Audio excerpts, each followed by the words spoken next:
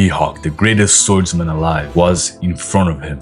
The only thing he had to do was to challenge and defeat him. So Zoro, he didn't cower. He faced his enemy with courage. And even more, he was confident that maybe he could win. He knew that he was extremely strong. That helped him. He faced his Mihawk. Zoro already has his durag on. It's crazy because whenever he puts it on, it means he's really serious.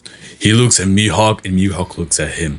And he advances and doesn't back off. The problem is Mihawk is too strong. It's not only strength but also technique. Why? Because Zoro is more of brute, while Mihawk he has more finesse. And Mihawk is strong as well. So when strength is basically seems to be equal, finesse is gonna show the real difference in fighting power. But the thing here is that Mihawk is not only stronger in his finesse but also in brute strength because he has something called haki as well. So Zoro, he gives his life, he does his total best, but it doesn't work at all. Mihawk seems effortless, and that is the difference between high level and almost high level. And you can see later on that Zoro, he is extremely talented, extremely good. Whenever Zoro fights against another swordsman, he usually has the advantage, but sometimes some swordsmen are extremely strong as well. Just later on, until he actually trains more and more, then he gets extremely strong. But Zoro, he's completely humiliated and he doesn't retreat no matter the difference in level. He is brave.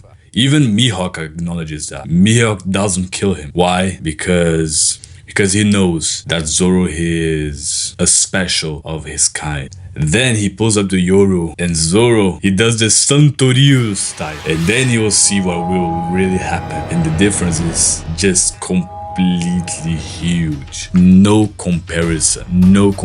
Why? Because Mihawk is just on a complete other level. And he breaks his word. But guys, Mihawk he's got such style, man. I love him, especially in the live action dude. Zoro as well, man. That creates a huge trauma for Zoro. His swords break.